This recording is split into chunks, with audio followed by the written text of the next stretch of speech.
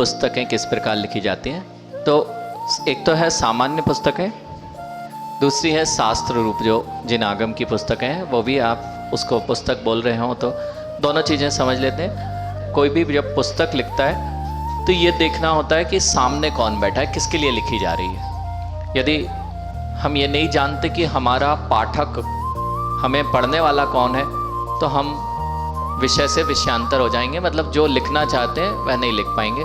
तो सबसे पहले निर्धारित होता है कि बच्चे पढ़ने वाले हैं कि युवा पढ़ने वाले हैं कि वृद्ध पढ़ने वाले हैं। धार्मिक पुस्तक हैं तो धार्मिक लोगों के लिए लिखी जा रही है कि जो आज की नवीन पीढ़ी है उसके लिए लिखी जा रही है। फिर दूसरी बात यह है कि जो पुस्तक यदि कोर्स का विषय है, सब्जेक्ट है, तो फिर हमें कोर्स से रिलेटेड चीज़ें ही डालनी पड़ेंगी, दूसरी नहीं डालनी पड़ेंगी।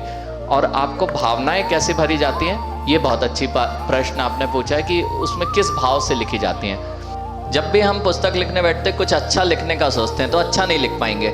आप लिखने लग जाओ, उसके बाद लिखो तो बहुत कुछ लिख जाओगे।